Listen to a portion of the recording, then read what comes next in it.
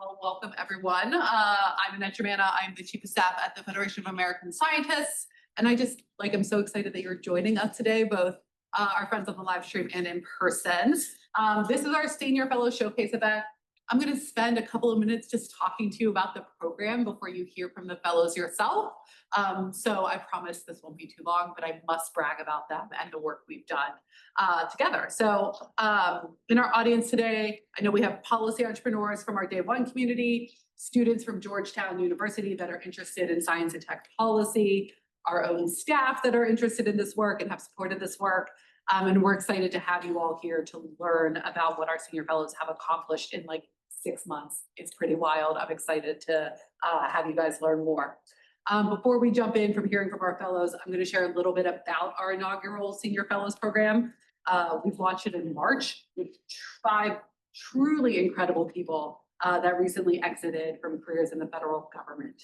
As many of you know, FAS believes that people are the core of shaping and driving policy change because we believe that people are policy.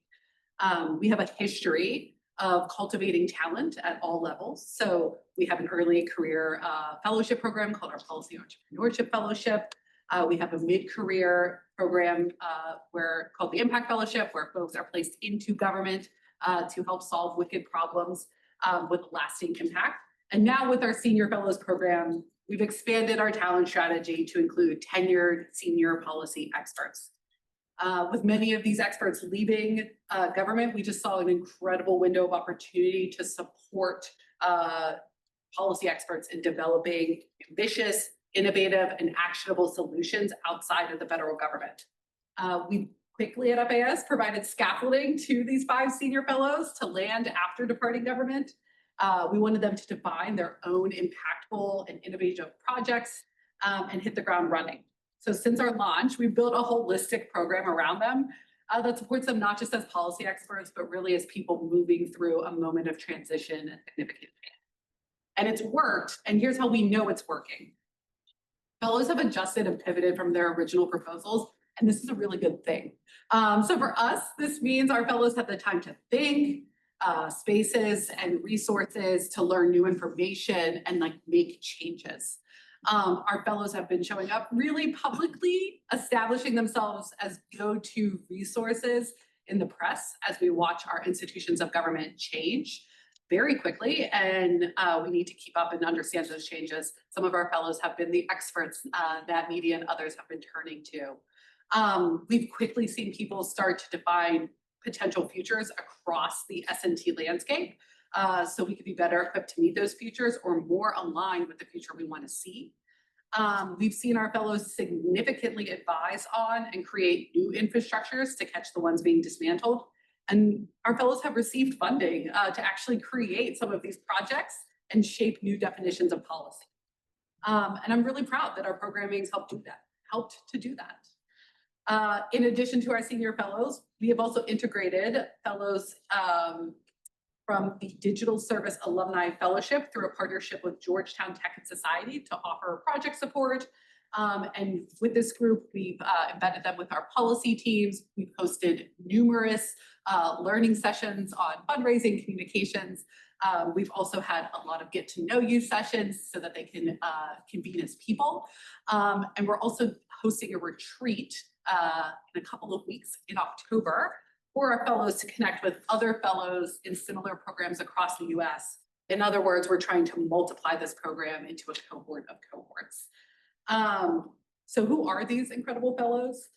Before coming to FAS, they were working as leaders of government as the Chief US Data Officer, the Chief of Staff at the US Economic Development Administration, a Senior Advisor to the IRS Commissioner, a Director, and a Senior Policy Advisor in the White House. So our fellows were leading impactful projects like developing and deploying US Direct File, overseeing a $5 billion grant portfolio, shaping data, clean energy, and STEM work policy across the US. Let me introduce those folks. We have Arjun Krishnaswamy, Denise Ross, Mariam Janay Flores, Maurice Benton, and Quincy Brown. We've been really fortunate to have these folks on Team FAS, being thought partners, leaders, driving innovative policy priorities. And as I mentioned briefly, we also integrated the second fellowship in partnership with Georgetown Tech and Society. And we saw this really as a opportunity to co-launch and support a next gen of science and technology leaders while building capacity to support our own senior fellows on executing their work. So these fellows, the digital service fellows here, are also here with us today. They include Diego Nunez, Faith Savellano, Luke Farrell, Marone Johannes, and Tushan Amara Seri Wardzina. This partnership has illustrated the power of joining forces to accomplish shared goals, both at the organization and individual level. At FAS, we know that the SNT ecosystem is constantly evolving, and emerging technologies like AI, you all hear about it all the time, you use it, it really has the potential to dramatically shift the future. And we know that we need to envision a new future, develop solutions today for what that future may hold, and plan to have both the capacity and workforce to support a wide array of future scenarios. We know there's an opportunity to take lessons learned from the federal government and bring those to states to inform and shape how they approach working on topics like clean energy, digital services, and data. And we also know that science and tech policy impacts everyone, all of us in the room, all of us online, and we need to find better ways to communicate the value and support investments in critical infrastructure like the energy grid, federal data sets, and digital transformation. So as I mentioned, each fellow had the opportunity to design, incubate, and launch their ambitious projects at FAS. And while this is a showcase to share their work and celebrate their success, it's not the end. Our fellows are just getting started. We know that these projects are longer term movements to build coalitions, to shape ongoing dialogues, and to drive policy outcomes. And we are so impressed with what they've been able to accomplish, like I said, in 6 very short months. So today we'll hear from each of our 5 fellows. They'll share their work. We'll open it up for some conversation from the audience. And we want this to be an intimate space. So please bring all of your questions, comments, ideas to the discussion. After we wrap up here, we'll say goodbye to our online friends and we'll head out into the lobby for a reception. And for now, I'm pleased to introduce Gil Ruiz, FAS's Director of Government Affairs. Gil previously served in the US Senate for 9 years in various positions, most recently as a legislative director. Prior to that, Gil served as a senior policy advisor on issues pertaining to science, technology, security, health, disability, and more. Gil has crafted and executed on bold policy agendas, such as the enactment of the $3 billion health force that created the first national community health workforce in the American Rescue Plan Act, the establishment of the Cyber Service Academy at the Department of Defense, and the bipartisan Bioeconomy Research and Development Act that he passed with full expertise from FAS as a part of the CHIPS and Science Act. And I would let Gil take it from here.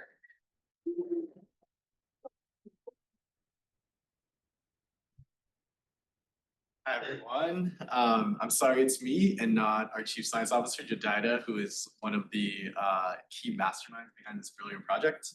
I'm excited to introduce our fellows today. Our first speaker, you may have already heard on CNN, the Majority Report, or wherever you get your news, talking about DOGE. Her name is Mauricie Ventone, who served as a senior advisor to IRS Commissioner Danny Wirth. She was an original architect of the Direct File Service, and she was also one of the first employees at the Consumer Financial Protection Bureau, developing the technology strategy for the agency, steering it towards one of openness and transparency. At FAS, Mauricie has been focused on shaping the future of public interest digital services, building a community around Direct File, and envisioning a future 2030 government. Mauricie is joined by Tushan Amara Seri Wardzina, who is a product leader focused on AI and public impact. He co-founded Launchpad Toys, which was acquired by Google. He's an Emmy winner. He's featured on the New York Times Best Apps and led Google's earliest efforts to bring large language models into production in the Google Assistant and the foundations of Gemini. Most recently, he served in the White House's U.S. Digital Service, driving AI product work in federal agencies like the IRS, executing on the Biden era AI executive order. So now let's turn our attention to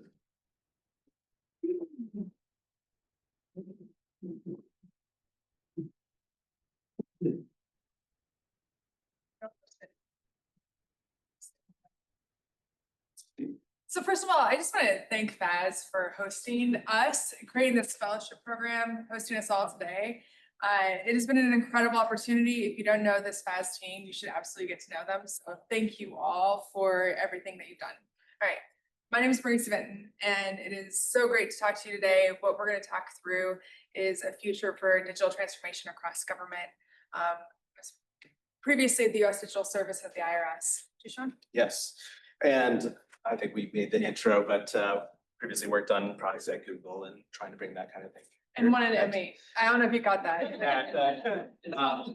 And so we're here to talk about building things, including building a better IRS. And our slides are out of order, but let's just actually start with what you as an American get to experience in the real world. You get to, Americans trade stocks instantly, billions of stocks instantly in apps. They are able to send cash by text and tap to pay. But when it comes to your taxes, it takes you 13 hours on average and $270 out of pocket. This is painful. Yes. Boo. And guess what? You are not alone at booing this. The IRS is the last ranked in favorability against across agencies because of that pain, that universal pain. But here's the thing, the IRS collects 96% of all US revenue. That's $5.1 trillion. And if you go down on Constitutional Ave, 111 Constitutional Ave, and you look really closely on the limestone, you will see this quote by Justice Oliver Wendell Holmes. Taxes are what we pay for a civilized society. So, oops, I went backwards. So the question is, how should the tax system of a civilized society work? Here's our pitch, here's our vision, that April 15th, sometime in the future, you are able to file your taxes in a free app. And it took you just 15 minutes. And your income was already there. The IRS already had that data. And your credits and deductions were pre-calculated, showing you what you could claim. And hey, we all make mistakes. The way to fixing it is clear, fast, and efficient. But also that when you're done, when do your refunds show up? It shows up tomorrow. Painless tax paying. That is the vision that we want to see in the world. And that's not only great for you, because all this work that happens to file, there's the equivalent work that's on the back end at the IRS. And we think that by making it error-free-ish, that you will see a tax agency that can be way more efficient, fair, and transparent, and increase trust in the IRS. So why don't you have that? Well, what we discovered at the IRS is that it's really not a user-focused agency. It doesn't think of itself in user needs and how to actually organize itself, how to run processes in a way that are replicable. A lot of times we heard from people that they wouldn't know if they would get the same answer if they called back. And the answer is probably no, actually. And so thinking and how the organization is not just deployed around products and services, but also how it organizes itself internally to address those problems, to help people actually finish the task that they came to the IRS to do. That's the objective.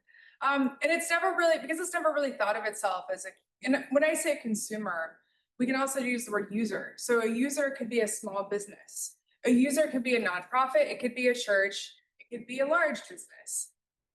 By making it easier to do these basic functions, you're actually also benefiting and reducing the burden on our businesses. And it's never hired in these ways because it's not thought of itself in that way. So what that feels like is to the user is a siloed experience that mirrors the siloed organization. Work happens in a linear way. There's actually a lot of the way that it thinks about products is a series of widgets on a what? A conveyor belt. Thank you. There we go. That's on a conveyor belt. That's actually how the IT team and the business describe their product development approach, is that it's linear and you go from one, you pass it to the next. And that's, we believe, and we're positing, that's why as a user, these experiences are not joined up and really painful to deal with. So we were on the path. The reason we talk about direct file is because fundamentally, one of the earliest reasons for this was driven in the fact that during the stimulus payments, during the Trump administration, it was actually hard to make sure people got their stimulus checks. And because people didn't know they had to file their taxes, it was expensive for people to do that. So going in that research that Tushan pointed out was really the important driver for why we did that. We built it with an in-house team. We built it with an accountable owner. So we empowered one person to oversee the product. We also had our customer support team sitting next to our product team. Again, going back to how we organize ourselves. And it worked. It increased trust in the IRS by 86%, which shows if you actually deliver the work, it works and people like it. So we think that the IRS can really build on the success of direct file and really use that as a model for its own transformation. But again, we're talking about these principles are applicable to every other agency, we think. We think a lot of the pain that the IRS feels is also pain that other agencies feel. So we really want to make a tax filing system that Americans think. That was easy. So the premise, the really easy premise, is that if you hire the people, fix the processes, you can build the right products and make everyone happy. So we'll talk a little bit about that. So the products that we are really excited about, that we think that organizations should be doing, is again, online tax filing. It's one of a marketplace. There's always going to be an opportunity for private software to be in this marketplace, as there should be, but also for people who can't afford to pay those fees. But those online tax returns are pre-populated. So that way the IRS, the data the IRS already has about you makes your tax filing easier.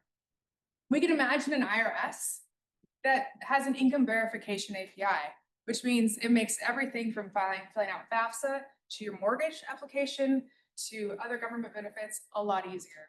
The IRS has a lot of that data, not all of it, but some of it. And that is a key step to the income verification process.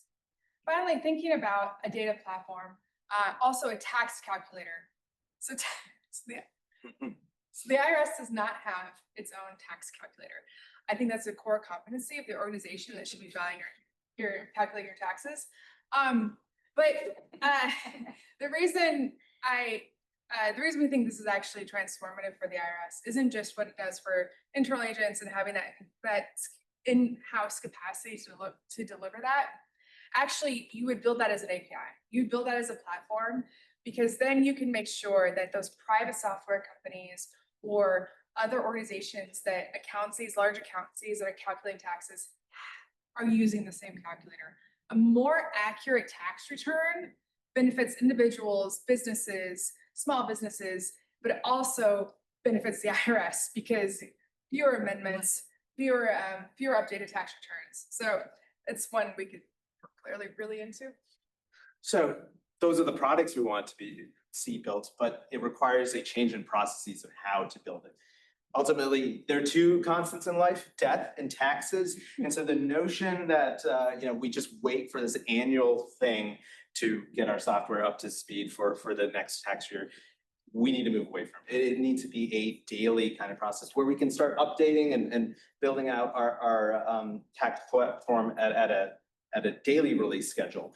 But that's because we're trying to move away from yearly filing. You should be able to, when you get a new job or when new income comes, you are able to update that as the year goes on.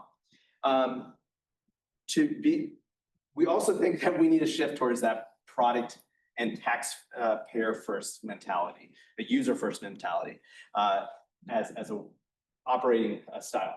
That also requires that we need to think about our goals and get the metrics and the dashboards and the language of what are we going after as part of like how we think about building products. And lastly, like Marisa was talking about how third-party tax software can be part of it. We think that actually a lot of what the IRS does should be able to be accessible from whatever your favorite software is, because of all the data that we have that is actually yours. And so that That's requires. Privacy Act compliant. Yeah, Privacy Act compliant, yeah. Of course, you control that, but building APIs for you to be able to access that. And also unlock transformation internally, because right now IRS data, there's no single source of truth, which is alarming. So the people, so we've talked a lot about the people. First and foremost, we think that there needs to be an empowered individual. We've given it a title. The title is not the important part. An empowered individual that has the ability to oversee what we've talked about.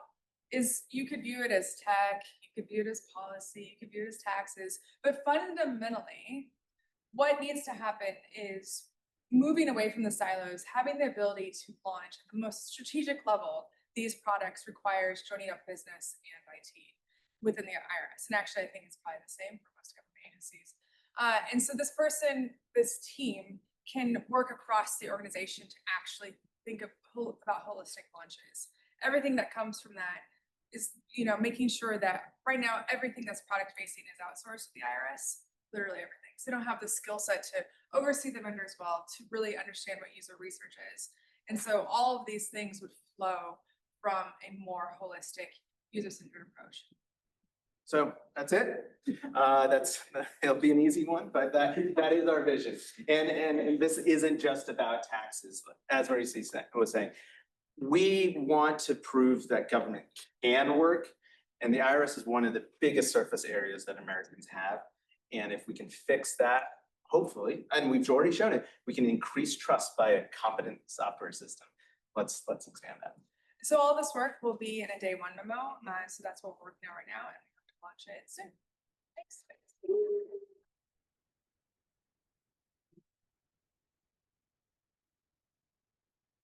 No questions. Okay. No questions? Any questions? It's not a question, but I like the vision where like the IRS, that's crazy that even within an agency, they don't have a single source of truth, when it's an agency with like all of the data, like quite literally everybody in the country has a touch point to the IRS somehow. But thinking about all of the programs that like other agencies offer, like for myself, working at a nonprofit, there's supposed to be, RIP, all of them, but all of these different student loan programs that like every year you have to file and you're like, yes, I still have a job. Yes, I still have a job at this nonprofit. Yes, the number didn't change. Here's my salary. It's like, why?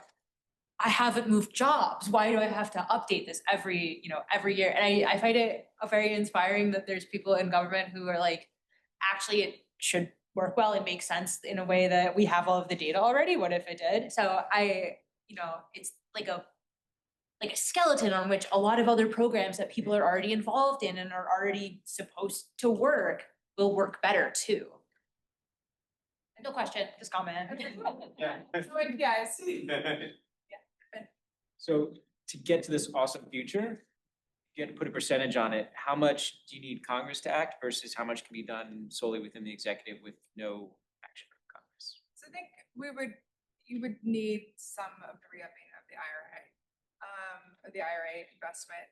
From there, though, I think it's really thinking about how that transformation should be tech-enabled and more digital enabled. And those are conversations that we were having. There was an awareness that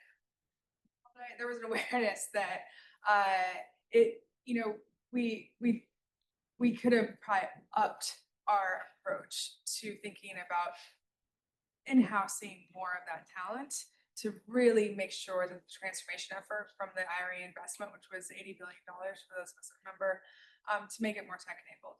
But it was kind of an afterthought. And so really, I think I think it's a bit of that, and I think it's actually having more of the tech, digital, user-centric thinking and mindset applied to how you spend that money. Not in every situation, obviously, because, you know, you don't need us to like do the auditing. But in a lot of those situations, how it would unlock even greater efficiencies for the audit team, which is what we're doing with LLMs. Did that answer your question? Can you speak to the collaboration between the federal government and the state Yeah. partners in Free File? Happy to. So the approach that we took, so the question was around how did we do kind of the approach to how we launched state taxes with direct mail. So it was the first time that this collaboration had ever happened at the federal level and the state level. And there was no infrastructure in place in the IRS to think about how to do this. So we worked with as a Federation of Tax Administrators. They have really great conferences all the time. And so we actually used that membership body to kind of hold transparent meetings to say, hey state, if you actually want to partner with us, it's up to you, it's optional. And so based on your capacity, so that was the IRS approach to doing this. It was optional. In the first year, the states that participated, there were 8 states that don't have income taxes, so like Wyoming, Texas, Florida. And then there were 3 states, New York, Arizona, Massachusetts, I think Massachusetts has state tax, right? Yeah. Thanks. It's been a while. That we built software, a nonprofit built software for them to, in a private sector company, so people could have that joined up experience. The relationships with the states is actually really great. It's a really great example of how this pattern could play at the federal and state level by making it optional, by being very transparent about the risks. We also had a product team within the wider product team that could focus on the integration, doing early testing. So our first testing actually on the product and the tech, we always had ongoing user testing, user research, but from a technical perspective, it's actually our state API. We built an API all the way back in, which isn't that late or that early, it was in October, when we started doing that early testing, gave everyone more confidence to do it. So we really took both a relationship approach, a technical and product approach to think about it. And then also there was, you know, always in this work, not with my IRS hat on, but like there was also the political, you know, how do the governors talk about it?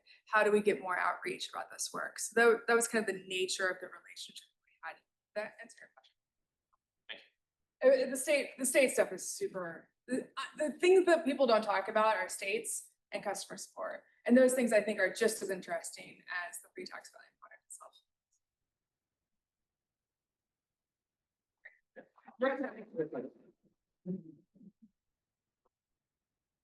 Thank you, Marisi. Thank you, Tushan. Next, I'm going to introduce Quincy Brown, who has served as the Director of Space, STEM, and Workforce Policy on the National Space Council in the White House Office of the Vice President. She has worked across 2 presidencies, driving high-impact programs at the intersection of education, workforce development, and technology, with a focus on the focus on equity, diversity, and inclusion. Today, she's talking about something really big, the future of the science and technology ecosystem. Please welcome Quincy Brown.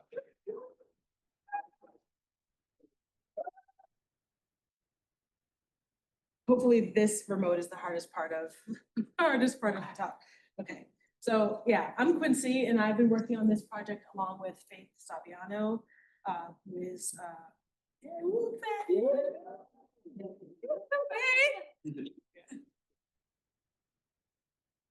all right, so yeah, this is Faith and I. We have you know, obviously separate history, we're not the same person. We've also worked together a couple of times. And so it's been really a pleasure to work with Faith on this project, in part because there are a lot of ways in which we see the world alike, but there are also some ways in which we see the world very differently. And so our skill sets and backgrounds are very complementary, which lends itself to the big task that we have at hand. This project was born, if you can think back to late January of this year, in a moment of like despair. I think the best analogy that I can think of right now is like Humpty Dumpty, right? All the king's horses and all the king's men couldn't put Humpty back together again, where things just felt like they were falling apart. And I thought for a moment, how are we going to put this back together? And then I also thought, what are we putting back together? should we put it back together? We actually can't put it back together the way it was. So like, what are we doing here? So that was like another existential crisis on the couch, right? So it was really about like the science and technology ecosystem that I have been a part of, I have been educated in, I was a professor, and just really, really believe in the value and the importance of, like, what is the future of it? And so the work that we are doing is really born out of thinking about what is the future of the S&T ecosystem as a whole, right? Typically, we tend to think about this work in terms of like verticals, like a specific issue or policy area, or a disciplinary area, or a technology area, but like, I'm a computer scientist, I'm a systems thinker, so I think about like all of it all at once, and like how we're gonna do this and move it forward. So that's what this project is really about. We thought about, 3 objectives for this. The first of them is about like, what is the closest we can get to a shared North Star, right? That guides the ecosystem. There may not be like one specific thing we're all working towards, right? There may be a few of them, but I think it's important that we have the conversation and we're really clear with each other collectively about like, what the heck are we doing and why are we doing it, right? And then once we have some clarity around that, to understand what are the best mechanisms to unite us around that shared North Star or those North Stars. And then, right, like, how do we actually get there? And that is the work that Faith and I have been doing for, I don't know, almost 6 months. We have had a lot of project activities. We've interviewed and we've worked with, engaged over 200 people so far. We've had interviews with subject matter experts. We've done futures workshops. We've talked about a vertical of automation. We've done one with infrastructure, and then we have one, the future of the science and technology ecosystem, which is actually on Thursday. So some of the work I'm talking about here would be like preliminary, because actually literally not done yet. We've done some scenario development, and those have been informed by subject matter experts and trends. We've taken we've had an online survey where we've received responses from people from over 16 states, and have been really, really trying to like understand what people's thoughts. This is the first time I've done work at S&T where people talk about hopes and dreams. Really important as we think about the entirety of the ecosystem, that we understand not just like, what memo might need to be written, what it is people actually want for themselves, for their children, for their grandchildren, for their communities, because all of that has is impacted by what we do here. So one of the things I'll say is that we have been using Futures strategic foresight methods, and we have focused on, as I mentioned, automation, infrastructure, and the S&T ecosystem as a whole. We are focusing on 2050, right? So we are not looking at 3 years from now, 5 years from now, or 25 years from now. So I don't know where the people online are, but here in DC, right, we kind of think in election cycles, right? So this is like not the next presidency. This is like 6 presidencies away, where who the heck knows, right? Which in one sense is like terrifying, but in another sense is really awesome, because that makes each of us experts. We are all experts in 2050. And I think that gives us an opportunity to have a conversation, regardless of people's backgrounds, on level playing fields, right? About like what 2050 will be, because I don't know any more than Marisi, right? We know a lot of things about like today and taxes, but like 2050, we are on equal playing fields around like what that's going to be, right? Well, no, I mean, I could be very wrong in all the things that I think. And so it's somewhere in there, right? Which I think makes us really, really awesome. So this is not forecasting, right? There are forecasters who like use models of data and history. That's not what this is. It's not predicting the future, but it also isn't wishful thinking, right? So it's not like, waving wands and just jazzing, imagining things up. But it is a method to thrive in volatile, uncertain, complex, and ambiguous environments, which really describes not just today, but like a lot of times through history, right? It is very complex. It's a structured approach to help us understand potential changes and challenges, and it is very outcomes focused. And so we are not just doing this for the sake of doing this, but this is outcomes focused, so we can have this roadmap thinking about what organizations should do to be prepared for this uncertain future. Okay, so these are, my slides changed somewhere in there. It's okay. So one of the things that we've done is really think about, as I mentioned, we've done these surveys, we've engaged with over 200 people to really think about and understand, like, that people really do believe that climate and technology, this may not be surprising to some people, will have the greatest impact on the ecosystem in 2050, right? So we've done, again, hundreds of people, and there is a great concern that S&T will not just benefit, you know, everyone, all communities, but really just a privileged few.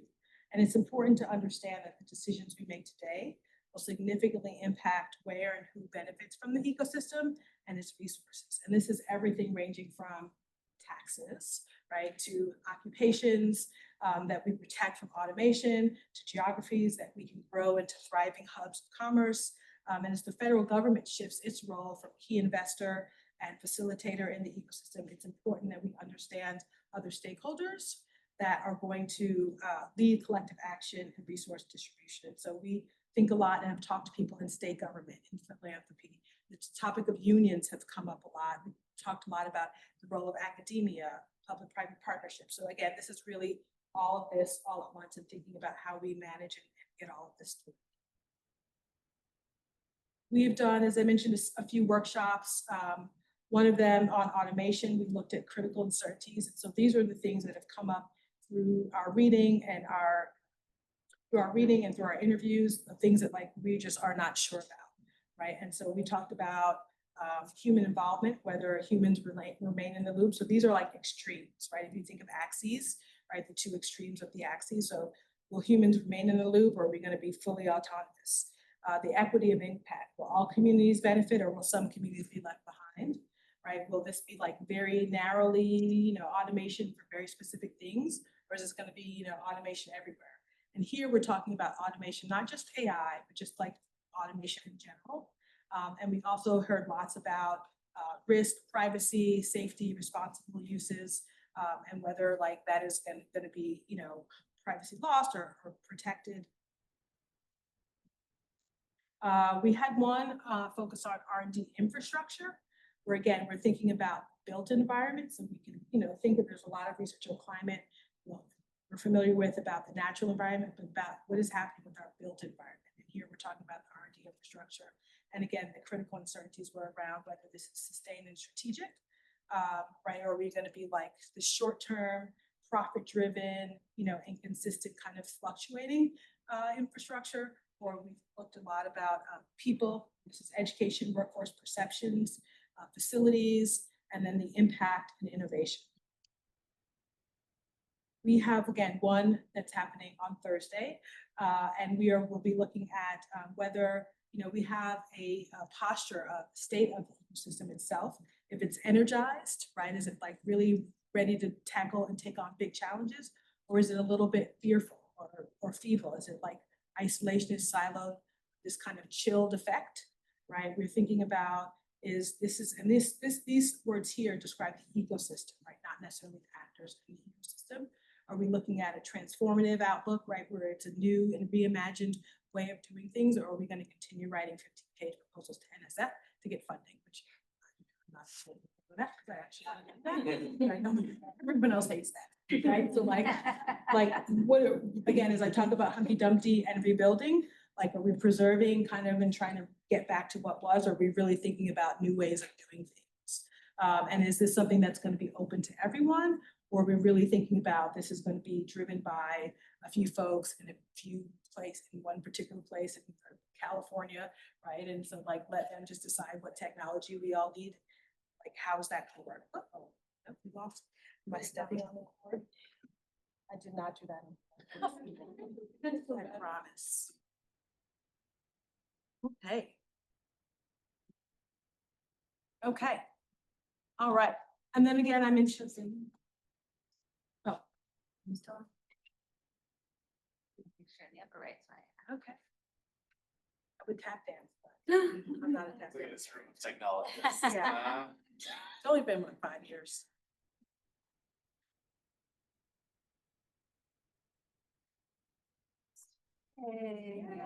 Good recovery. And then, and as I mentioned, we've launched a survey, and it's really about the outlook, we started with questions about the outlook in the US 2050. We asked questions about, what do you think the top 3 priorities would be, should be for the ecosystem? And we also have a lot of open responses. So we asked people, tell us what you think 2050 will be like. Tell us what you think, R&D infrastructure will look like in 2050. And so we've gathered these, we have representation. Again, it's not scientific. We've got a good number of responses now and representation from, 16 states across the country.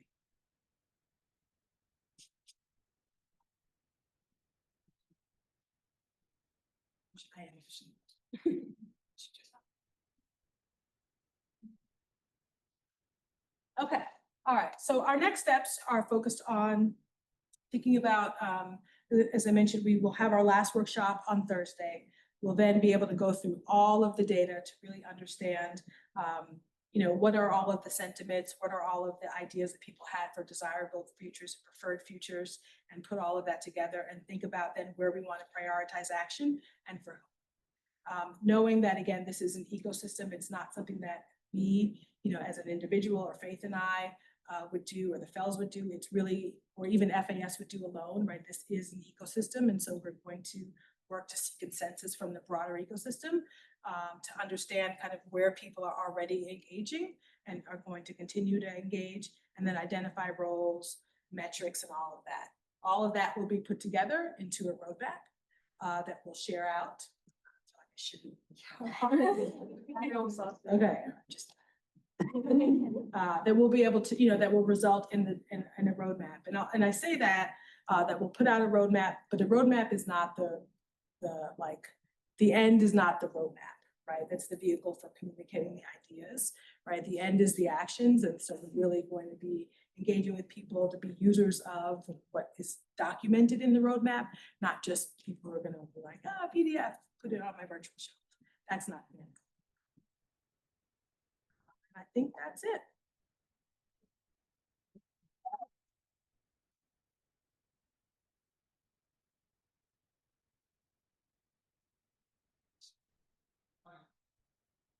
Question? I have a question.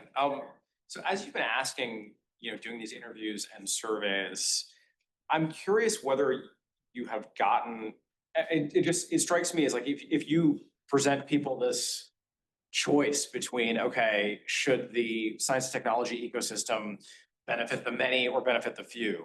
Like everybody's gonna say benefit the many. But how do you drill down on that? And like have people talked about like their really varying views on what that means, and like how they think the work that should be done to ensure that the science technology ecosystem benefits the many should be done? Like, have you gotten into that with people? Yeah, so yes and no, right? So we haven't really gotten drilled into the work because we want people to stay focused on the vision. It's super easy to just like jump into talking about all of the work. And then it's like, to what end, right? So we try to keep the conversations at the higher level, the to what end level, but inevitably, it falls into work because we're all experts and we talk about the work. And then we don't ask people like, do you think this should benefit the many or the few? But it's really about like, well, what is your best case scenario? And people will talk about their best case scenario. We'll ask questions. They'll talk about, like if we're talking about infrastructure, the notion of like short-term profits, industry profits, and quarterly cycles come up. So they're not asking, we don't ask about, timeline horizons, but like, so we're just taking and doing our analysis on the things that people have said and categorizing them in that way, because what I truly believe is that everyone experiences science and technology, whether they can talk about it in the ways that I'll call us all monks because we're here, right? Like we talk about it and write about it is one thing, but they all can talk about what they experience. So if they may not say, I want everyone to be part of this, but they'll say, oh, I want to make sure my cousin's kid, right? Like who I haven't seen, since we grew up, right? Like since they were little, I want them to be able to do the same thing my kids do. So like they talk about it in those kinds of ways. And that hasn't come up in every interview, but even in like our our tech interviews, technical interviews, like the one of AI, someone said, you know, something about AI and policy, blah, blah, blah. But the kids can't read. We just need the kids to read, right? So like, it comes up in different ways, and we've been capturing all of that. And then that's what will identify the themes and such. What was the biggest surprise from the study? The biggest surprise for me is, well, it's not the biggest, I would say two biggest surprises.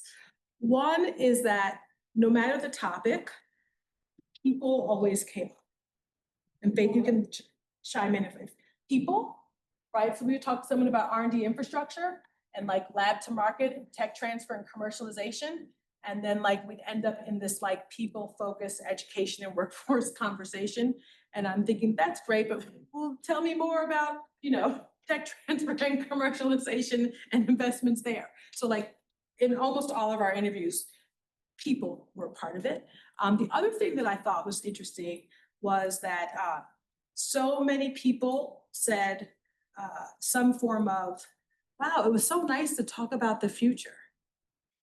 Like it was a refreshing break from, you know, what I think about all day or talk, you know, the work I do to really think about like what this could be. And so that was surprising. I think I was expecting it to be hard for people to talk about the future, but it was exactly the opposite. I don't think that the themes that came up around, you know, access but like when you think deeply about them, well, they all make sense. I think it's also like doing all of it all at once, where it's like any one thing coming at you, you're like, oh yeah, okay. But then it's like all coming at you and it's like, whoa, all of it is a lot, but like each individual piece seems to make sense. Thanks for this. It's really interesting. I'm wondering about sort of how you presented all of this, like in the context of the past. Like, did you talk about like different eras in science and technology that happened and like how that played out, or is it really very future focused? Does that make sense? Yeah, no, it is, we didn't talk about the past. If people brought it up, we could talk about the past or the history of like how we got here. Right. But it has been all future focused.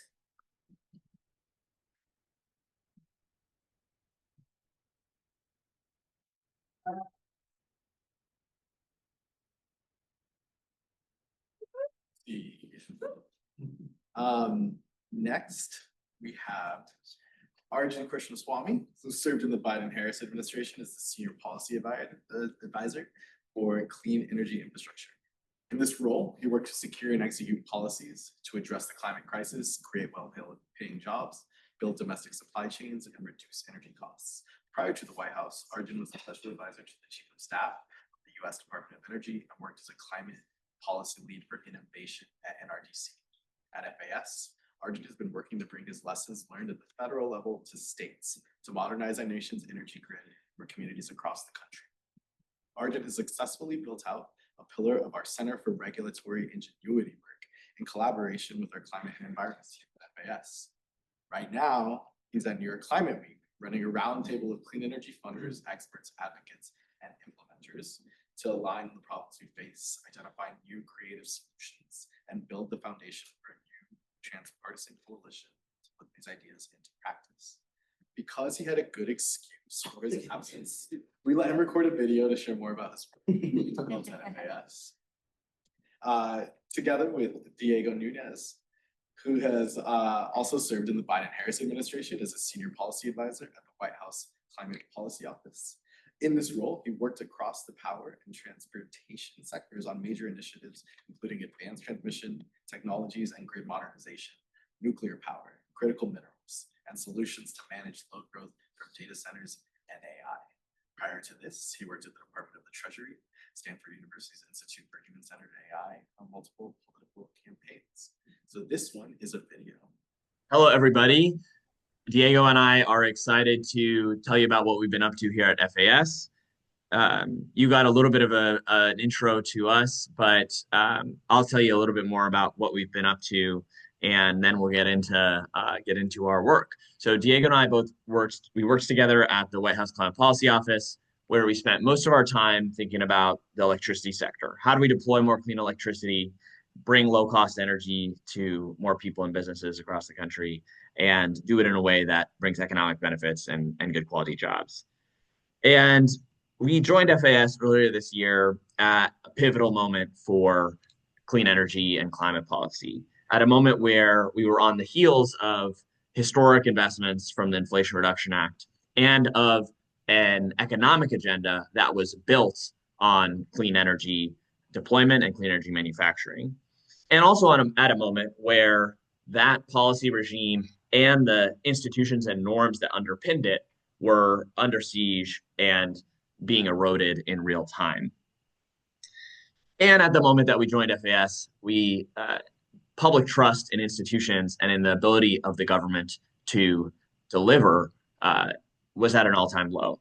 So when we joined FAS, we set out to ask some big questions about clean energy policy in that context. Questions like, in what ways is our existing strategy failing to deliver on the substance, on deploying clean energy fast enough to meet our climate goals, and on the democracy metrics, the faith of the public in the government's ability to make their lives better. And not only did we want to ask about those failures, what's not working, but we wanted to ask, where do we go from here? How do we build new strategies, new tactics, new policies that have better answers to these questions and enable us to do more durable and effective policymaking down the road? So with that, let me pass it to Diego to get more specific about what was our strategy and where did it go wrong? Yeah, thanks, Arjun. So I think the first step of our postmortem on the Biden clean energy strategy has really been looking at all the different kind of buckets that we've been coordinating within the existing regulatory system. So we kind of identified the three: deployment incentives, planning and process improvements, and standards and requirements. So these incentives are things like clean energy tax credits for vehicles and for electricity sources like wind and solar, LPO loan guarantees from the Department of Energy, and other various grant programs. In the middle here, you see from the National Transmission Needs Study, one of the things that FERC actually released a really great order on about a little over a year and a half ago was moving electricity from one region of the country to another. Some great planning work done there. And then, of course, things like power plant emission standards or vehicle emission standards, even the EPA's endangerment finding itself. So we saw basically relying on that, the current administration has gotten the ability to mess around with the IRA as we passed it because a lot of our projects weren't built and we were leaving money on the table. They've also been able to pare back a lot of our standards, and process improvements, are now getting weaponized against us in a way that they weren't going to be otherwise. But even beyond those three pillars of our strategy, Arjun and I have been thinking a lot about other kinds of barriers to both project development and to the politics or the policy behind stuff. So, some of these things actually go back to even when the Biden administration was still around. Permitting and interconnection are two of the major issues that we weren't able to build these projects fast enough because of the many different kinds of reviews and the many different kinds of studies that had to happen on the product development side. But if we're going to go over to the political barrier side, we kind of saw that, even though we were operating in this, this place of like really intensive good policymaking, there still was a lot of policy that was being left undefended. So for example, a lot of the projects were going to be built in Republican districts, but when push came to shove, the companies themselves weren't defending them for us. We're operating in this environment of really high load growth when electricity is suddenly way more in demand than it had been previously. And that brings with itself, a whole bunch of other variables.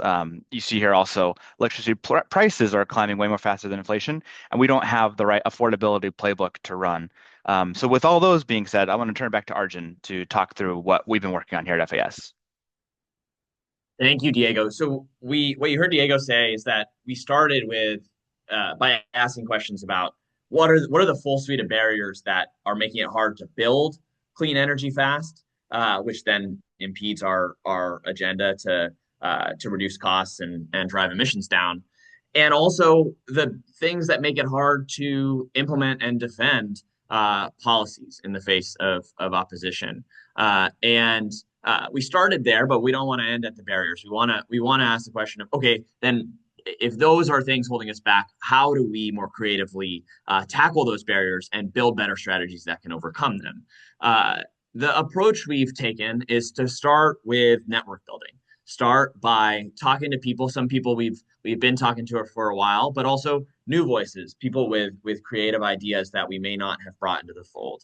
To go from network building to idea generation, to documenting, taking stock of what are the ideas that are already in play, and then where are the gaps? What are new ideas to address these challenges that we didn't try or haven't gotten traction?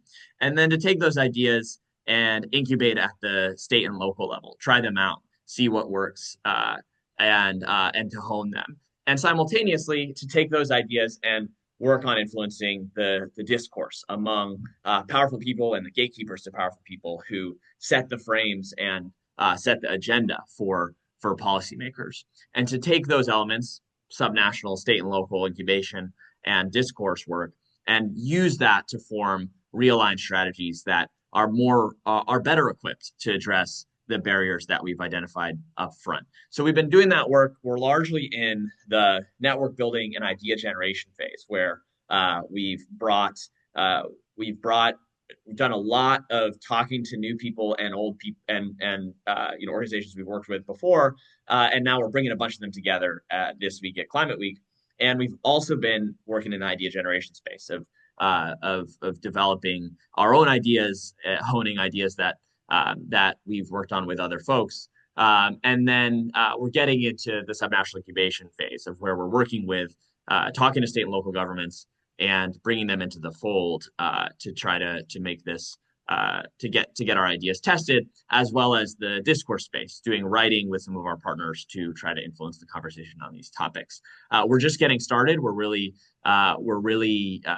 done some really good work to bring people together and write together, but there's so much opportunity ahead to really generate and test ideas and build out new strategies. So we're really excited that we got a chance to share this with all of you, and Diego's in the room to answer any questions you may have. Thanks so much. Hello, everybody. Happy to answer any question. I have an unfair question to start. I feel like you touched on it here, but I'd be curious for your thinking. It seemed like the Biden administration had a political economy hypothesis around investments in Republican districts that was proven ineffective. Yeah. Why was that? And what's the game plan next time? Totally. So this actually gets to one of the main reasons why Arch and I were both so excited about this project here at FAS. Basically, for this electricity sector specifically, the utilities have a very specific playbook that they run. They can only make money in certain ways, which is usually charging their ratepayers for hugely capitally intensive projects. Now, the reason that the Biden administration's new techno kind of economic agenda was so successful was that for the first time, we weren't just doing a top-down cap and trade system. We were bringing in labor and all different kinds of manufacturers industry to get excited. And I think our theory of the case was that if we were to present the utilities with some specific chunk of the $370 billion IRA money, they would take it because it's free money. Who doesn't want free money? But when push came to shove, the number of different jurisdictions and grid regulators and kinds of just siting and permitting concerns made them kind of think that it wasn't worth their time. And that kind of gets to one of the things that we're trying to work through is, okay, if the federal government is incapable of corralling this mass of parties, how do we get subnational actors aligned to make sure that the momentum can carry us to our goals for our emissions and affordability metrics? So that's a great question. Way to keep us honest, actually. Yes. So on that note of working with utilities at the state and local level, so I worked in the city of Kansas City And we had no incentive to change our lighting to LED because the poles didn't have meters on them. And the utility had like a flat rate to charge the city. So if anyone recouped the savings, it was the utility when the city was paying for the bulbs. Right. So I'm just curious of like, when you're thinking about the politics at the state and local level, like who are some key partners to think of or different sort of like motivations that can Absolutely. understand the role of utility? Such a good question. So moving from the model of having, basically from the era of Thomas Edison, one centralized source of generation, and then everything else happens, like consumers shouldn't have to worry about it. Everybody else should be fine with whatever they're gonna have to pay, because that's just what you're gonna pay. There is a really strong movement right now in a lot of state capitals to require breakdowns in your energy bill of what percent of this is generation, what percent of this is transmission, getting it from wherever the power plant is, what percent of it is directly getting distributed. And I think one of the ways that I'm most excited about that transformation happening is with new vendors going around and helping utilities basically get smarter about how much power is coming out to any given house, you know, installing smart thermostats and really enabling more of a bi-directional, you know, say you have an EV battery that's plugged into your house at nighttime. If demand spikes in the middle of the night, if it's a cold night or in the middle of the day, if it's a hot day, you can actually feed power back into the grid and get compensated for it, and you help your utility, you know, not have to build a new power plant because of that. So moving towards that distributed grid is actually one of the main things that we have to figure out the politics of, and that's a multi-decade long process. Right. Thanks, Ed.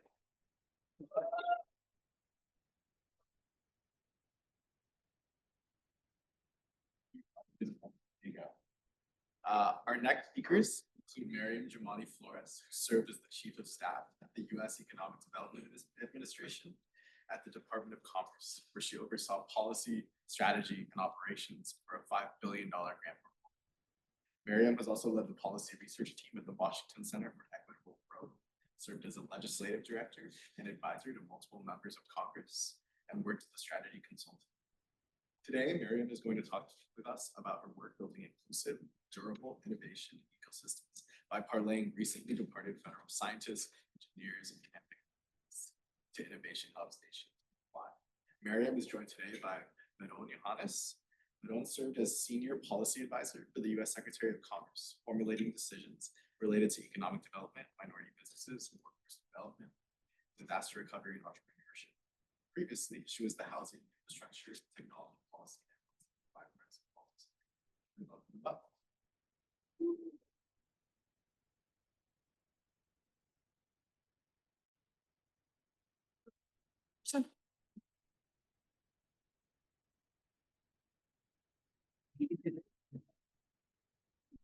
So just a few years ago, there was a semiconductor chip shortage. I don't know if any of y'all were trying to buy a car around that time, but cars rely on chips and chips were hard to come by. The US over a number of years had decreased their manufacturing capacity of chips, and we were relying on other countries for them. So that means if those countries decided or withheld those chips from us for a diverse number of reasons, that would not only harm our automobile sector, but medical devices rely on chips, military equipment relies on chips. It was a national and economic security risk. And so we decided we didn't want to be dependent on other countries for critical technologies like chips. And so the federal government decided to do something about it. Thus came the CHIPS and Science Act. So as Mariam said, the CHIPS part is all about bringing back US manufacturing, semiconductor manufacturing back to the US.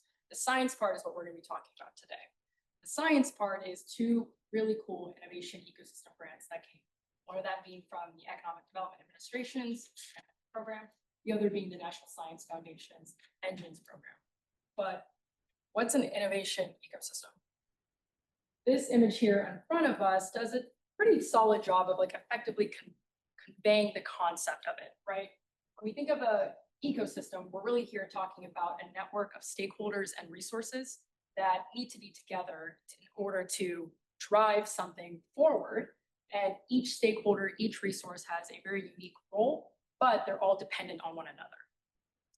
And so when we're talking about There's a lot of words here, just hear my voice. So I'm gonna point y'all to the map here, but I'm just gonna take a moment to say, again, I conceptually talked about an innovation ecosystem, but exactly like what does that really truly mean if you're talking about your own backyard? So imagine your hometown. Your hometown is an expert in a specific critical technology, whether that is biotech or quantum. And we want to do something transformative with it. It's a critical technology. That means it's critical for our national security. And so who are some folks that would be necessary to drive that technology forward? It's going to be your universities. It's going to be your companies, venture capital, local universities, and community colleges, nonprofits, community leaders. You need all of these perspectives to be able to drive something forward. That is, in Notion, what the innovation ecosystem is. And so the map here shows the designated tech hubs and NSF engines across the country. And I think we did a solid job of trying to get these ecosystems across the country because I think a lot of y'all are familiar with Silicon Valley. Great place. Well, I've actually never been, but like in nature, in concept of the innovation that's been driven from it, right? It would be a national security concern if we only had our innovation in just one place. So that was kind of the intention of tech hubs and NSF engines, making sure we had those innovation ecosystems across the country. And this is where we came in. My name is Mariam Janai Flores. I was the chief of staff at EDA, where I helped launch the Tech Hubs program. Oh yeah, I was the senior advisor to the secretary. My portfolio really consisted of a lot of equity issues. And so I was tasked with making sure that folks weren't left behind in the design of Tech Hubs program. And in leaving government, we wanted to continue to ensure that these investments in innovation ecosystems succeeded. So we started with a research question. In what ways does broad-based participation in innovation ecosystems support national security outcomes? In other words, does including people from different backgrounds and communities from different regions in our tech innovation hubs strengthen America's security? Our hypothesis is that it does. Some people think it's just a nice to have. When designing these programs, realized that there wasn't sufficient evidence around this link.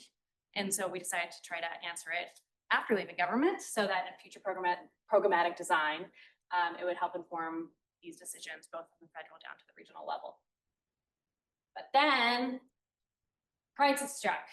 So there was excitement to answer this question, but as we all know, starting in late January into February, around when the proposals were due and these interviews for FAS were happening, a lot of federal workers were losing their jobs, they were being laid off, they were leaving government under difficult circumstances, and all of them very skilled and some with deep technical expertise. On the left here is Eric Anderson, a biological science technician from the National Park Service, for example. And all these people are also, outside of just their technical expertise, are real people with livelihoods who just wanted to continue their mission-oriented work. At the same time, these innovations ecosystems that were growing across the country needed more technical talent. So we decided to try to combine these two issues and find a solution that would be responsive to both. And we pivoted. And what came to be was an initiative that we basically called Connecting Talent to Tech Ecosystems. I won't go to the boring details of what it took, but we have a job board here and we were able to survey tech hubs across the country, ask them about their talent needs, what are some things missing, and things like that. And we were able to pull jobs and roles from all over the country and put on this lovely board. And so one thing that I'm really excited about is that the work is still going on. There's still more jobs to add. There's still more tech hubs that are just probably ideating and will get back to us soon. But really, there's all kind of jobs here. It's not just like the extremely technical roles. It's also the other types of roles such as operations, accountants, HR, the people that you really need to get anything off the ground. So we feel like we have a diverse set of jobs here. And I know we're talking about former federal workers and contractors and things like that, but this is open to everyone. Like we're really excited to get the word out on the opportunities here. And it's not here right now, but happy to chat with folks later we have an interest form. You know, folks that are, in a position looking for a job, something mission oriented, please let us know. We'll be sure to share these resources over to them. And a couple things in creating this that we learned. One is these things actually take time to build. We were talking to another mission-oriented talent aggregator, and they said that it took them 6 months to get their initiative off the ground. And I was like, oh wait, this is not gonna take us that long. Couple weeks. And we started mid-March and April, May, June, July, August, September, and we launched this last week. So it did take us thank you, but it did take us 6 months. 8 months, I came in June. So. Touche, okay. So these things take time. And then another thing, we knew that these are critical roles across these innovation ecosystems, and we really believe in what they're doing in tech advancement. But when we were talking to some of these hubs, they noted that they couldn't get some of these projects off the ground because they didn't have anyone in the spots to build these projects. And so that just signals like there is a significant talent need, there's a people need in order to make sure these innovation ecosystems work. And again, we're hoping that this job board, inspired by our former federal brothers and sisters, they find opportunities that matches their skill set and also, of course, their geography of interest where they want to live and work. But this is, of course, up to everyone. Well, we can let go of that initial research question that y'all saw a couple of slides ago. So, I mean, we were fortunate to be part of job fairs. We talked to a lot of tech hubs. We were able to go to conferences, and the research is still ongoing, but we wanted to share with y'all some of the key findings thus far. I think the first, and as Mari mentioned at the top, some folks thought this the creation of tech hubs and trying to go to rural states would just be a feel good, but in actuality, it's truly, genuinely critical for our national security to not leave rural states behind, because a lot of technical advancements can happen there. And those are some of the places where the type of terrain that they have is where you can test this technology. You can't test it over here at DuPont. You probably need some deep forests or maybe even Alaska geographic nature. You need all types of rural regions to be able to do this type of work. And then the third, which I feel like a ton of y'all are familiar with, but we know there's a shortage of workers across tech systems. And a big part of that is related to our federal immigration policies. So beyond just talking about expanding training programs, apprenticeships, things like that, we do need to find a way to reform our immigration policies. Some other key issues that keep coming up across hubs that in order to have a strong workforce, in order to actually bring workers to a region, we need affordable housing. Some of these places that we've talked to where it's like in these rural areas where there's a lot of land, and I'm naively thinking, well, there's a lot of space for housing, housing prices are wild. And so people can't move there. So affordable housing, well-funded education, and affordable childcare, again, keep coming up. The fifth point is around the CHIPS part of the CHIPS and Science Act. Just want to touch on that. In order for the semiconductor manufacturing facilities to receive investments from the federal government, they needed to provide childcare to their workers. The intention was so that all workers could participate and be part of these facilities, including parents, and we needed all workers because there's a talent shortage. Some people railed against these childcare requirements. Some people are continuing to rail against these childcare requirements because they thought it would slow down the execution of these grants.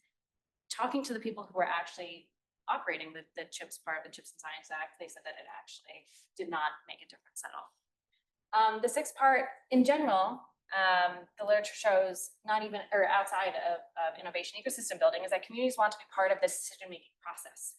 And so by making that so, there's a greater legitimacy in the decisions and outcomes. So you can potentially increase support for the actual investments that are happening in a community and hopefully future investments, because this is a long run game. We're not gonna just be able to do it tomorrow or in the next year. And so as next steps, we're gonna continue to work on all these all these things, the connecting talent to tech ecosystems. And there's a great LinkedIn post that Kate Cohn put together. And thank you also, Kate, for helping us with our article. If you go find that, the relevant links are there. So please share that job board widely to your networks and also connect people again to any folks, former feds or contractors who are looking for work. We're going to continue working on our research questions and just popping this in here, interested in AI workforce disruption. So if any folks are engaging in that, we'd love to talk to you. And lastly, thank you to FAS for this opportunity. This has been really great.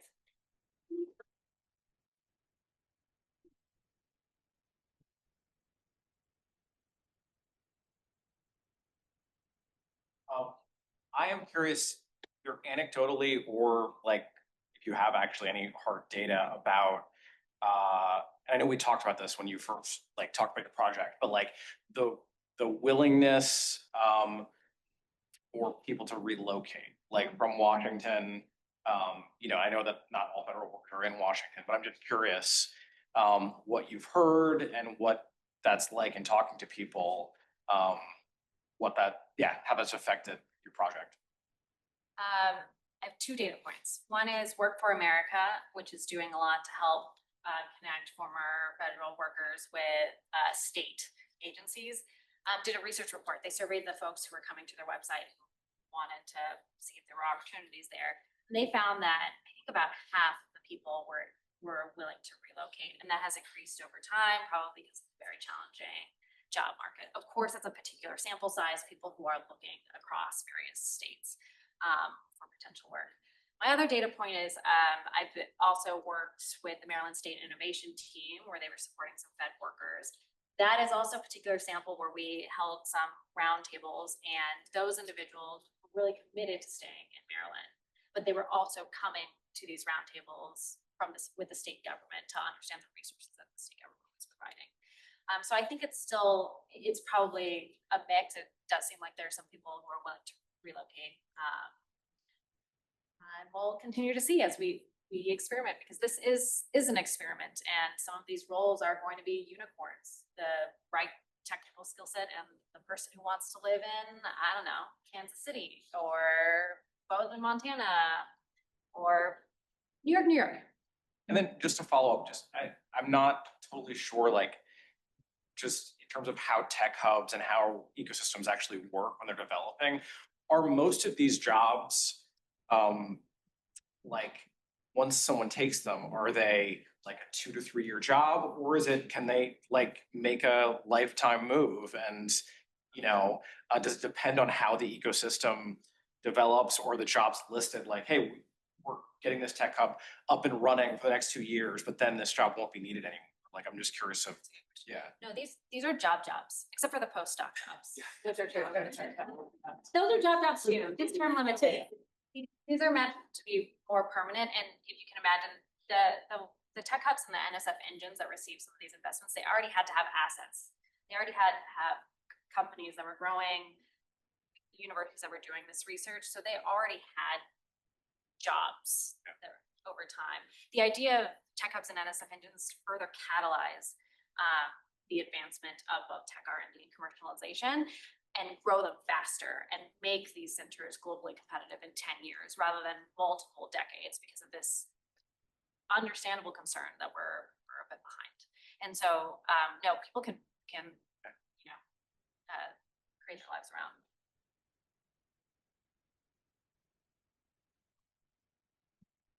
Sure. I don't know if it's a match In terms machine of or. place-based investing, I know that the current administration keeps announcing all these deals that are like dubious quality, but do they have any data on where they're actually gonna be funneling money to, or if they're actually gonna ever make money, like for individual communities that aren't just like NVIDIA is getting all this money or whatever? Have you guys tracked that at all and have a hypothesis of what it would be? I haven't tracked it. I mean, there's another tech hubs round, and those are going to be focused on the tech hubs that were designated in the previous administration. And those I feel good about because I was there, but but I haven't tracked.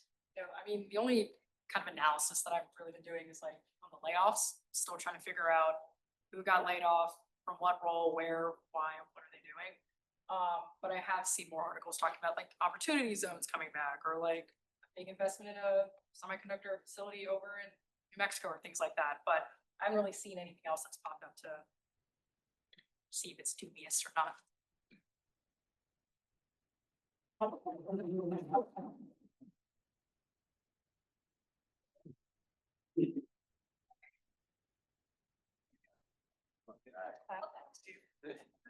Moving along here. I'm just going on 1 minute. Our next speaker are.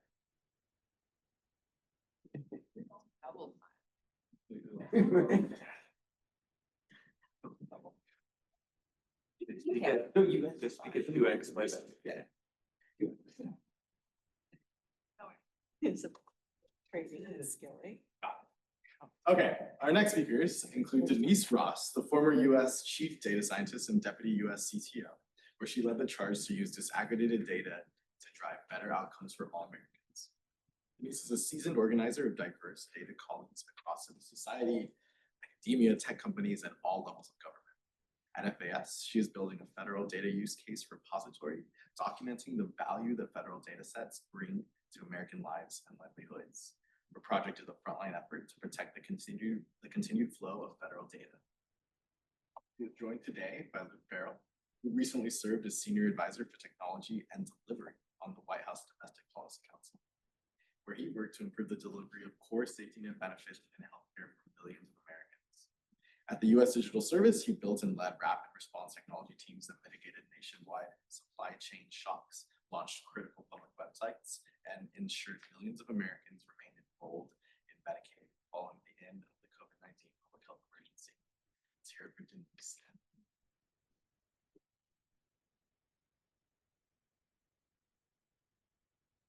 Thank you, everyone. It's good to be here. Let's see. So a few weeks after the election, I hosted a group of data policy wonks in my dining room to talk about what we thought might happen with the federal data ecosystem. And in that room, there was a colleague who had helped lead the 2017 data rescue efforts. And we took down all the pictures off the walls and just put, Post-it notes up everywhere. And we imagined like what's going to happen to critical federal data across different agencies, what's going to happen to data privacy protections, and how might data be potentially misused or disappear. And sadly, over the last 9 months, we've seen many of these predictions that we had come to pass. And one big theme from that day in my dining room was that we have not done a very good job of telling the American people about the value of federal data and how it impacts their daily lives. So with that unfinished business, I was really honored to be chosen to be a senior fellow here at FAS to really dive into how we can do a better job of telling the story.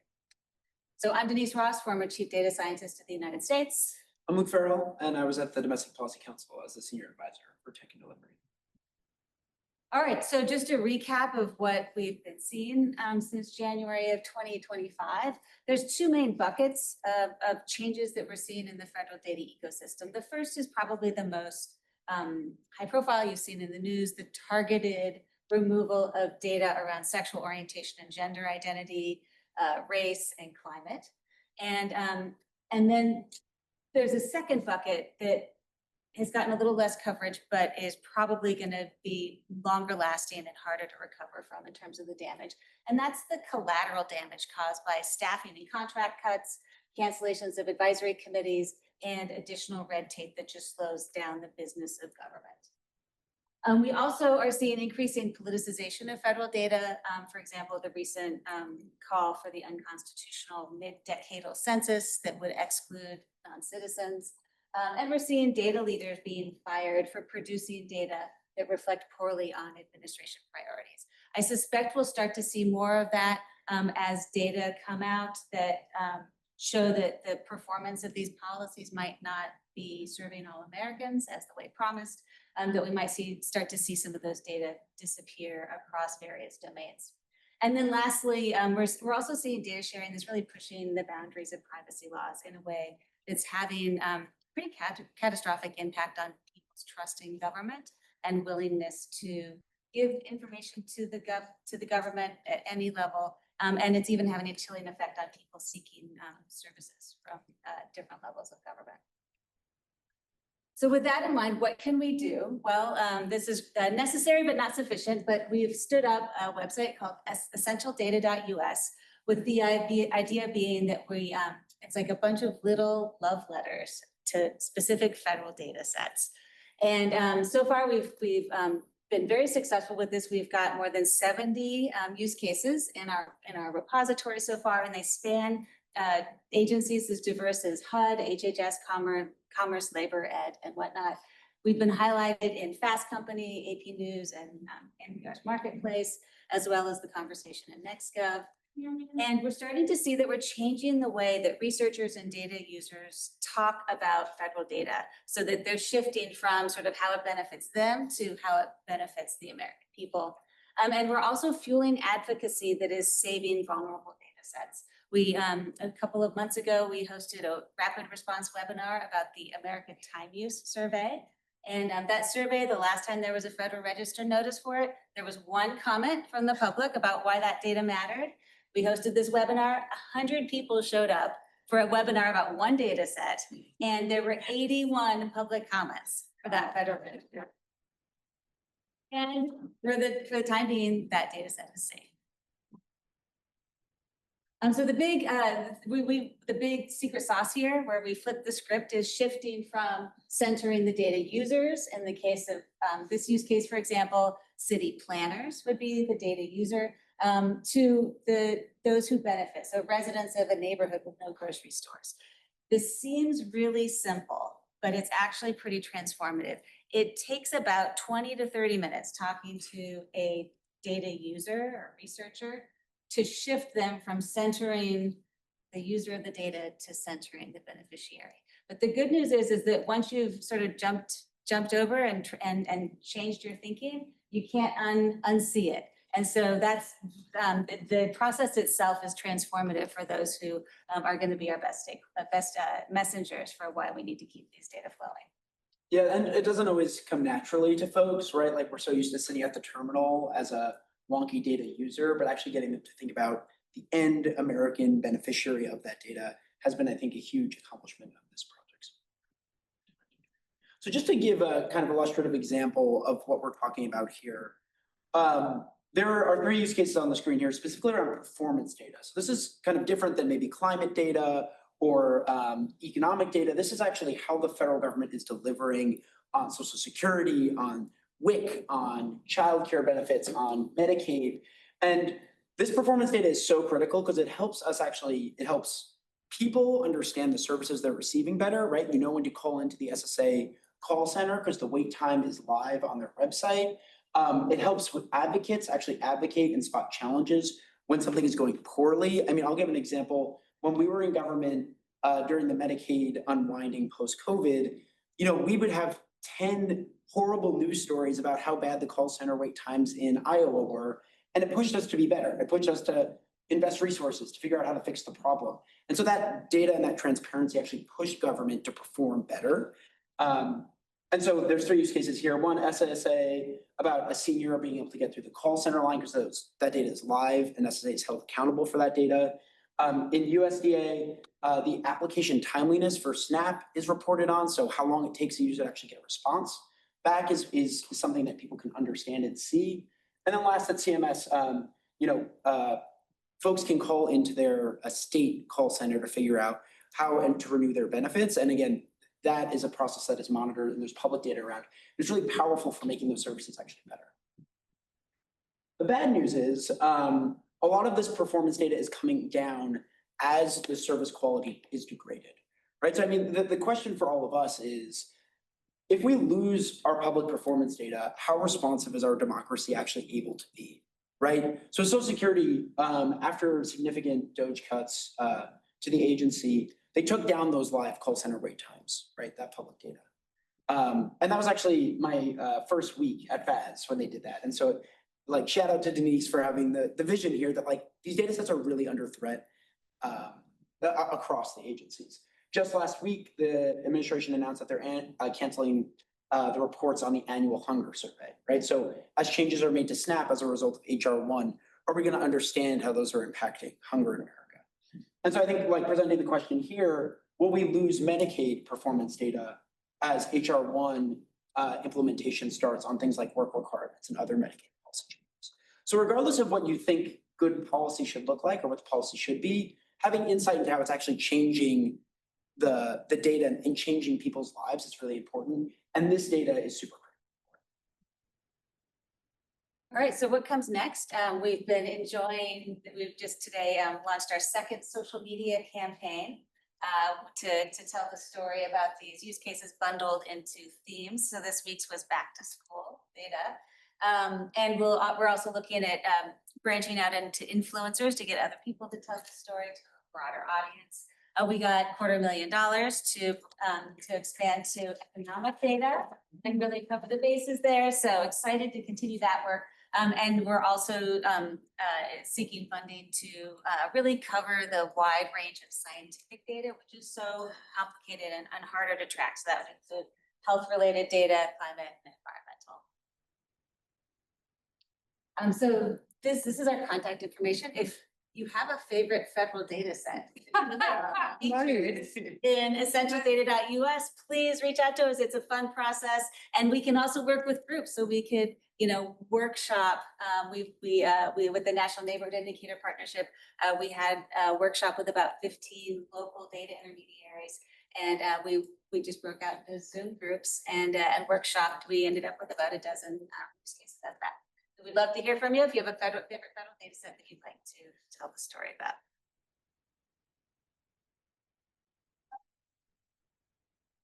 Well, special thanks to Kate for helping. It's not our native. Oh my gosh. Very helpful. So you spoke about how reorienting the narrative around it to the beneficiaries, compelling tactic. Was in the process of doing that exercise, did you two identify any data sets where you sort of said to yourself, if I'm back in this role, if I'm talking to a state leader, I actually think we've been missing the mark on how it's been really mobilizing around that data set. Like, I would be curious if there was anything like that that really kind of like struck you with inspiration. Yeah, almost all the time when we talk with somebody who's a real enthusiast for a specific data set, it's a bittersweet exercise because they also know that we haven't really been meeting the needs of American communities with the data that we have been producing. And so they'll talk about why we need the data, but then they'll talk about how it's falling short and it's not timely enough, it's not granular enough, it's not accurate enough. And so there's just so much opportunity to rebuild. And I think Quincy, addressed this a lot. Like, we don't want to rebuild what we had in January 2025 because the world is shifting and we need a new data infrastructure to meet the changing needs of society.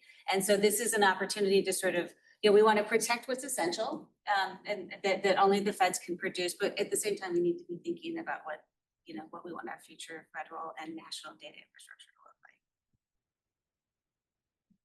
What are y'all's favorite data sets? If you can choose your favorite child. Yeah, so my current favorite federal data set is the North American Bat Monitoring Database. And I learned about this. I gave a lecture at Hopkins to a group of environmental science students, and I invited them to tell me about their favorite federal data set. And this young guy comes up to me afterwards and sheepishly tells me about this bat database that he works with.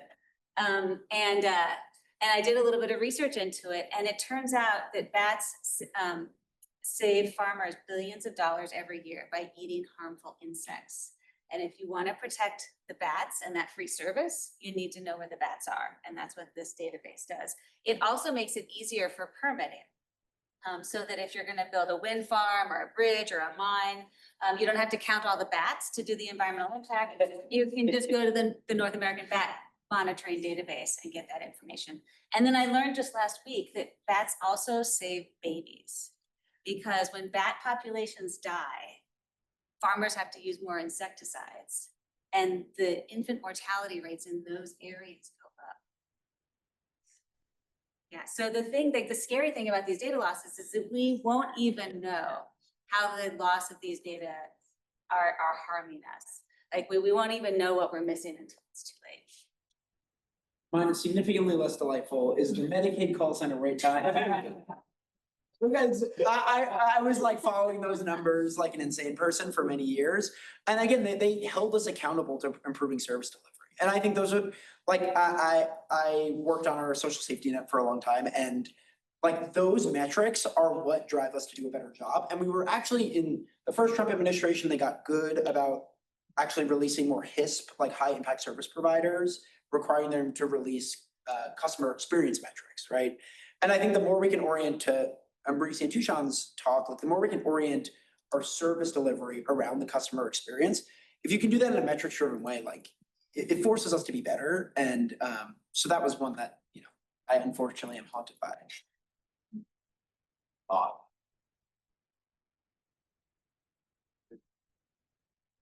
Well, this has been a special time for these fellows. It's an unprecedented moment of change across government at all levels.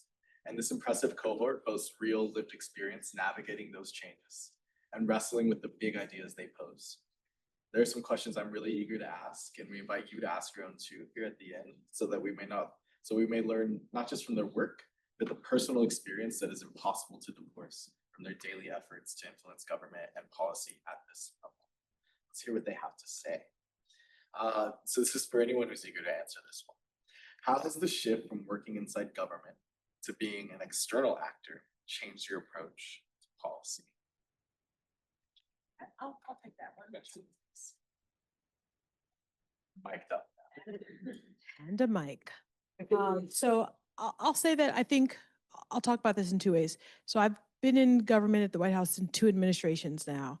And the first time I remember, you know, doing a lot of work and being really proud of the work we were doing, and then going home and talking to my parents about it, and they'd never heard of it before. And I'm like, but I've been up all night. Like, you know, like I missed this celebrate, like, you know, this and that. Like, how come you've never heard of it before? And that helped me realize that like it was our job to do better with communicating and sharing out what we were doing. So when I had the opportunity to go back, right, and then like I was very intentional about thinking through how to better communicate the ideas and how to do the work in ways that where people could feel it and not just have to like read about it on a poster somewhere or in an announcement. And so I think, sorry, what was the question?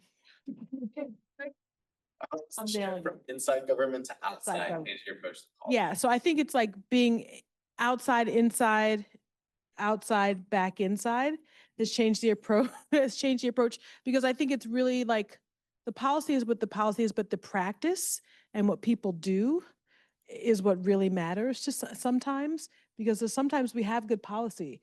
It's the practice, right? And the people. And so like thinking about how you can then do policy in a way that really matches more of what people experience and how people will use the policy, I think is the way it's changed my work.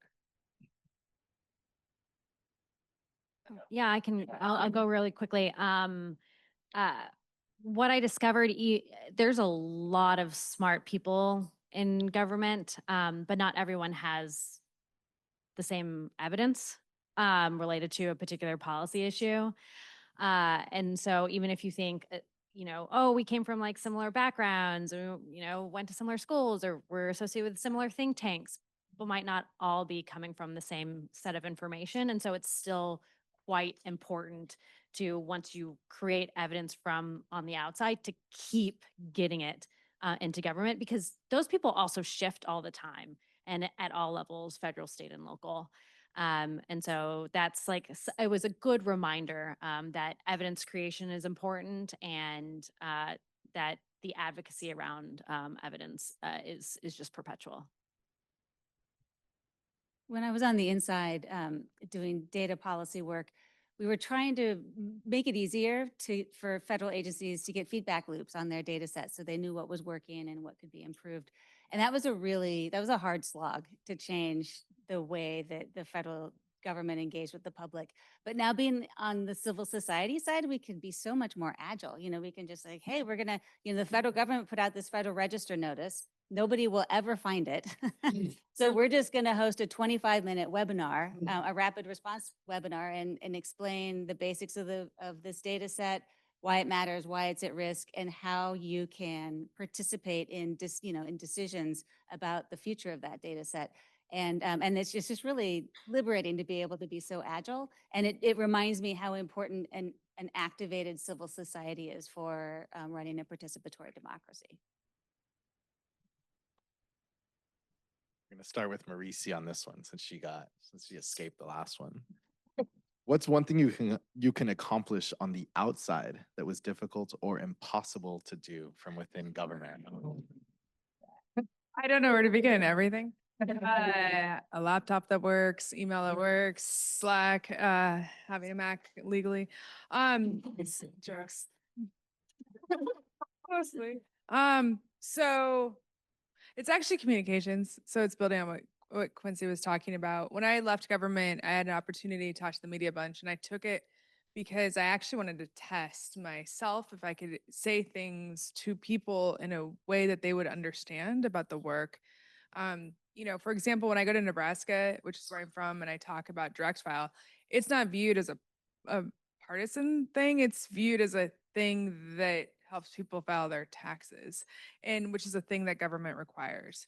And so getting out of the really trying to strip away all of the crazy stuff, we weren't allowed to communicate much about anything when we were in government. And I think that harms like government. And I think it means that people feel very distant from it, because then when we do talk about it, we have to sound like robots. So I think there's a long way to go on, I don't actually want people to be passionate about free tax filing, because it should just exist. And so like we shouldn't be talking about things, and we should say this just is a thing that you have. And so we have a long way to go in how we communicate about the work that we do in a way that is just like normal. And it's a lot easier to do that on the outside. Anyone else want to go on? We'll do one more and then we'll turn to the audience. So get your questions ready, please. In one sentence, this is a little bit of a lightning round. What is the dream state you envision for the impact of your work 10 years from now?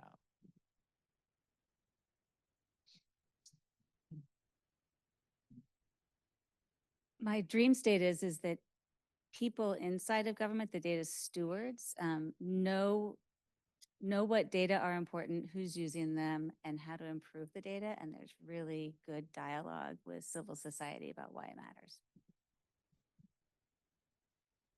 I think there's going to be a lot of comments in my one sentence, but that these investments and these innovation ecosystems have succeeded, which means we're not worried about the 10 categories of critical technologies that are in the CHIPS and Science Act. We're not worried about falling behind on them and being dependent on other countries, and that it was done with the communities in mind.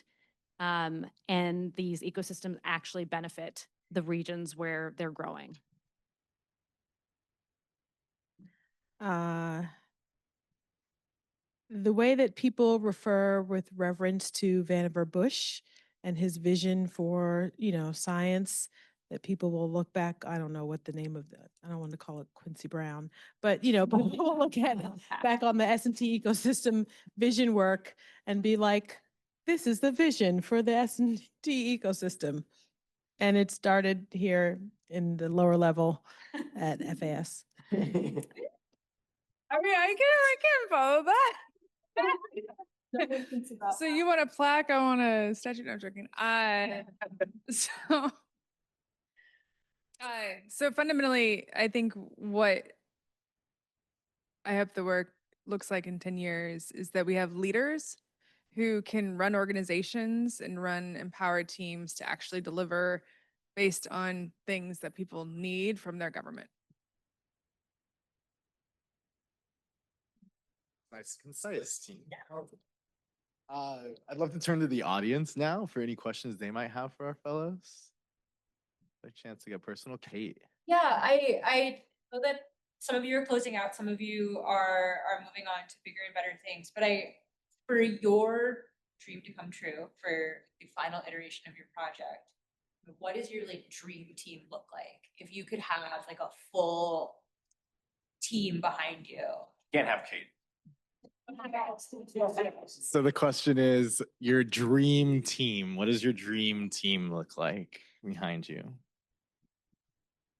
Yeah, I am humbled by how much subject matter expertise is required to understand any given data set. And there's like 300,000 federal data sets in data.gov. And so my dream team is expanding to cover all of the domains so that we have someone we can call if we have a question, about the food security database, for example, that may or may not be going away?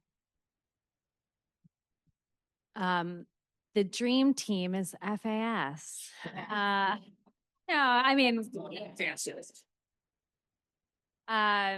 in all seriousness, I think being able to work on these two projects here at FAS and even this other one on AI and workforce disruption, there's just so much expertise, both from a substantive perspective, but we keep on talking about comms and development. The organization has just been extremely helpful across the board on trying to get these things off the ground. I mean, even a job board that's like HR. I mean, Annette and I were emailing a lot about this back and forth. So, and Alex was extremely helpful. I could just keep on saying thank you. So, FAS was really useful. And I guess also for a dream team, if we're talking about dreams, that like all these innovation ecosystems have their dream teams, because one of the reasons why our job board, I mean, we want to continue to grow it, but some of the hubs out there don't have the capacity in their own leadership to understand their talent needs in their ecosystems and help all of their dozens of stakeholders. So I think it just goes beyond that. There just needs to be a lot more capacity across the board. So philanthropy, if you're out there. I would love to have, well, comms, because I need it, and faith. But I would love to have like a qualitative researcher, because it's a lot of surveys, interviews, a lot of qualitative data that someone who like, that's their jam and like loves to get down with that would be super awesome. And then like I don't know, statistician who, loves calculating p-values, right? Like someone who just loves doing that work. It would just save me a ton of time. So my dream team is somebody who can write really great headlines and do really great social media images. That's the truth. So I think if you have to get to the place where you have to reimagine a federal government that right now is not, is struggling for a lot of reasons and it was already weak and now it's weaker. You really have to think about not just what does rebuilding look like, what is the Humpty Dumpty, but like what to push even further beyond. We can't rebuild to today. We have to rebuild to something way better. And so the team that's required to do that is very multidisciplinary, would probably include lawyers, like one, maybe half of one. Economists, like it's to really get out there. It's not just the technologists. It's not just the people that, work like we do, but to really reimagine how we can rebuild our institutions that do quick procurements that make sense in our legal, that hire people in legal ways, but really quickly. Like you really need to have stripped down to the basics to understand how we can operate and be future-proof organizations that are relevant to people's needs. So it's probably like 10 people, a couple lawyers, one lawyer, some technologists, a procurement person, like a proper multidisciplinary team to really think about that. Camera person, procurement. The documentary crew. Awesome. Drive for storytelling. Yes. Person. We need a storyteller. Well, we have had a wonderful afternoon. Thank you all for joining us and coming to support our fellows. The presentations you saw today are not just the culmination of a fellowship, they are the starting point for work that makes people's lives better. We look forward to seeing what our fellows accomplish as they continue pursuing these important policy priorities. To our fellows, you have shown incredible vision and leadership. We are not just impressed by what you've been able to accomplish, but we're also incredibly excited for the impact you will continue to make in the world. We are honored to be part of your path and journey, and we look forward to a bright future together. Let's give one more round of applause for this remarkable.